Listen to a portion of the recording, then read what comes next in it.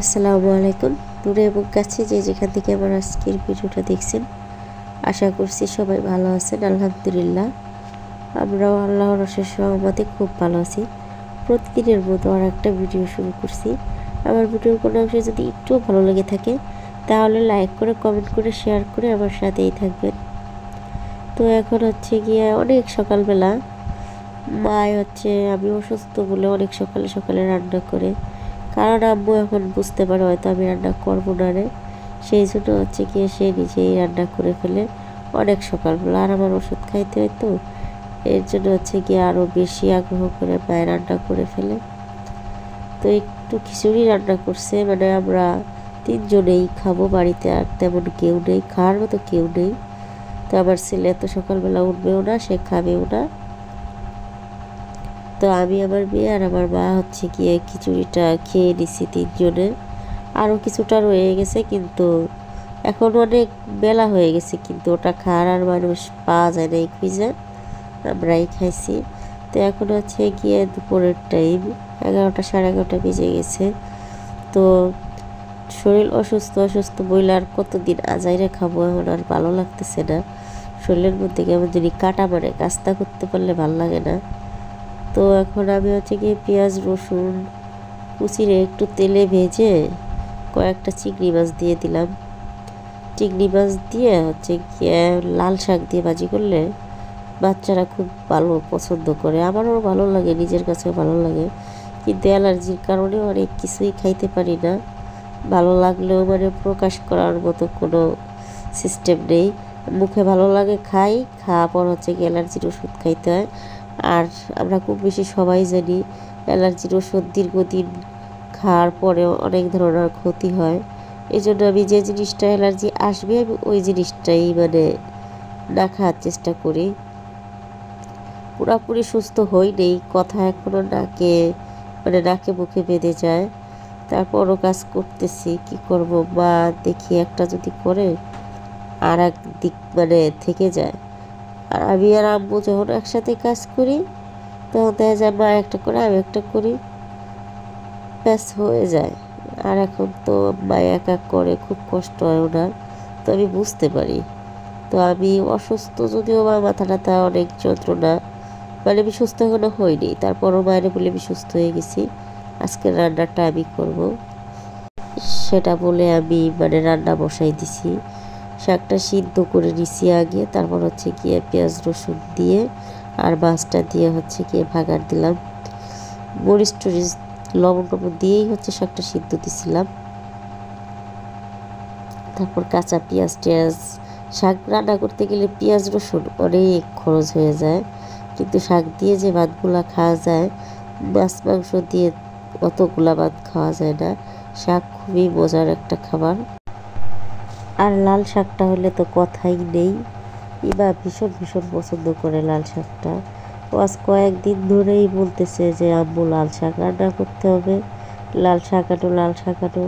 তো লাল শাকের ক্ষেত যদিও বা থাকে, তো বাড়ির কাছে হচ্ছে গিয়ে লাল শাকের চাষগুলো আমাদের করে না বলতেই করেই না একবারে।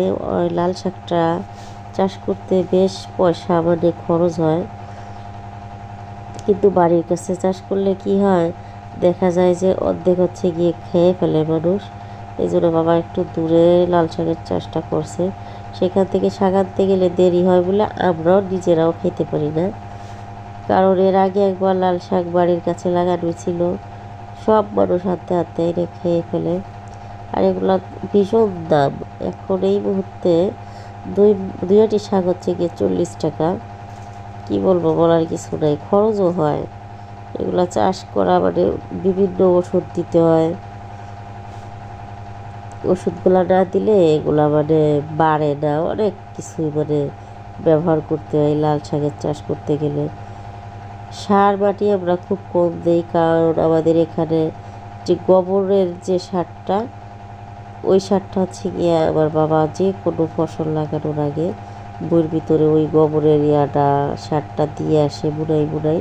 তারপর হচ্ছে গিয়ে যে গাছ লাগাবি বা যে বীজ রোপণ করবি, ওগুলো হচ্ছে গিয়ে গোবরের পরে, মানে গোবর দিয়ে কয়েকদিন পরে হচ্ছে গিয়ে বীজটা ফেলে। এই যে লাল শাকের বীজটা ফালানোর আগে মাটি মনে হয় 10 দিন আগে মাটিটা তৈরি করছে, তারপর হচ্ছে গিয়ে বীজ ফলাইছে।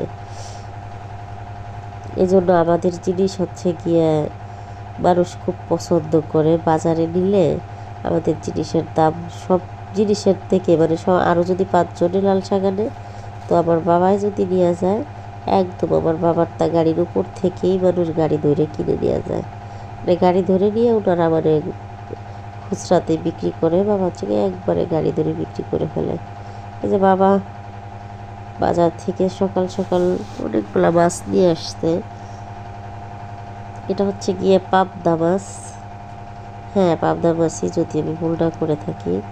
তো মাছটা হচ্ছে গিয়ে আমার বাবার খুব পছন্দ, পাবদা মাছ, ফুলি মাছ, মানে দেশীয় যে মাছগুলো বাবার খুব পছন্দ। এটা হচ্ছে নদীর পাবদা। আমাদের এখানে একটা নদী আছে, কুমার নদী। সেই কুমার নদীর পাবদা রাতে বাবারা মারছে, আর দিনে হচ্ছে গিয়ে সকালবেলা হচ্ছে গিয়ে বিক্রি করতে আনছে।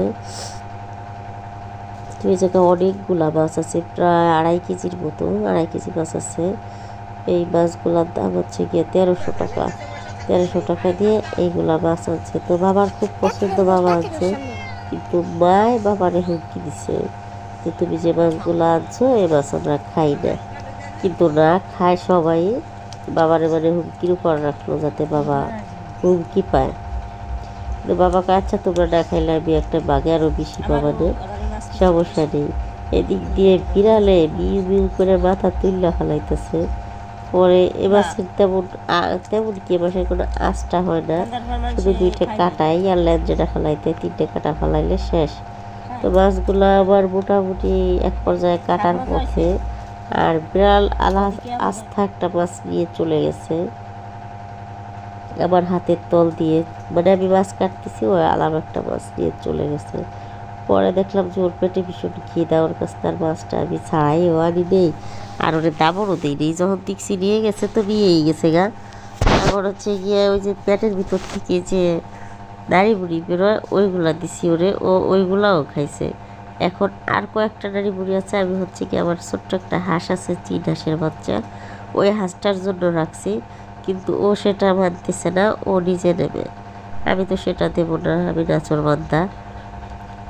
আর বিলাইয়ের কথা কি বলবো, বলার আর কিছু নেই। ওর কথা বলতে গেলে দিন শেষ হবে না, ও যে কাহিনিগুলো করতেছে। তো এখনও অনেকটা মানে বেলা হয়ে গেছে, কিছু একটা রান্না করতে হবে। এই জন্য হচ্ছে গিয়ে এই মাছটারে আমি হাতে মেখে সরষা দিয়ে রান্না করব। আমার হাতে মাখা তরকারি আমার খুবই পছন্দ লাগে, সরষা দিয়ে, বিশেষ করে একদম মানে গা মাখা একটা মশলা, হালকা হালকা ভিজে ভিজে থাকবে, জল জল থাকবে। আর এই যে কোনো সবজি ছাড়া, কোনো সবজি দিলে আমার মজা লাগে না। ঘরে আনাজি কলা আছে, আরও অনেক ধরনের সবজি আছে আমাদের বাড়িতে, যদিও বা ঘরে নেই, তবে আদুর দেল মানে অনেক কিছুই আমাদের গাছে হয়, আপনারা সবাই জানেন। পুঁই শাক, পালং শাক, এগুলো সবই আছে, কিন্তু আমি কোনো সবজিটাই ব্যবহার করব না। আমি এরকম মাছ নিয়ে হাতে মেখে রান্না করছি। আমার একটা প্রিয় বোন কমেন্ট করছে গেছে কয়েকদিন আগে, সেটা ছিল হচ্ছে গিয়ে ফলি মাছ আমি হাতে মেখে রান্না করছিলাম। একদিন রান্না করছি হচ্ছে কি লাউ পাতা দিয়ে, আর একদিন হচ্ছে মানে এরকম খালি মাছটাই রান্না করতেছিলাম। পরে আমার একটা বোন কমেন্ট করছে যে আপু আপনাদের কি সবজির অভাব, সবজির দাম পড়ে গেছে বলে কি শুধু মাছ রান্না করে খান? না প্রিয় বোন, সবজির দাম যদিও বা সব জায়গায় হয়েছে, আমাদের এখানেও হয়েছে, কিন্তু আমাদের কোনো সমস্যা নেই। আমরা তো সবজির চাষ করি, আমরা সবজি আরও বিক্রি করি, মানে এগুলা লুকোচুরি করার কিছুই নেই, কারণ আমাদের হয়, আমাদের বিক্রি করতে হয়। আর আমাদের এইগুলো চাষ করে হচ্ছে গিয়ে সংসার চলে। আমরা চাষি যাকে বলে, সেই মানে সেই কর্মগুলাই আমাদের বাপ চাচা 14 গোষ্ঠীরাই করে, এই মানে কৃষিকাজই করে। তো আমাদের বলতে কোনো লজ্জা নেই, আমাদের কোনো কিছুর অভাব নেই, দাম হইলেও সমস্যা নেই, আমরা নিজেরা খেয়ে থাকলে হচ্ছে গিয়ে বিক্রি করি, এই হচ্ছে আমাদের অভ্যাস। তো সবজি খাইতে খাইতে ভালো লাগে না, এই জন্য হচ্ছে গিয়ে সুদা মাছগুলা এরকম রান্না করি। তো বোন, আশা করি আপনার কমেন্টের উত্তরটা পেয়ে গেছেন। তো আমার মাছটা রান্না শেষের পথে, আমি এখন হালকা একটু জিরার গুঁড়া দিয়ে দিছি। আর এই যে করলাটা ভাজি করছি, দেখতেই পারছেন করলাটা ভাজি করছি একদম মানে মোলায়েম হয়ে গেছে, অথচ করলার কালারটা সেরকমই রয়েছে। ক্যামেরা কেমন দেখা যাইতেছে জানি না, কিন্তু অনেক সুন্দর হয়েছে ভাজিটা।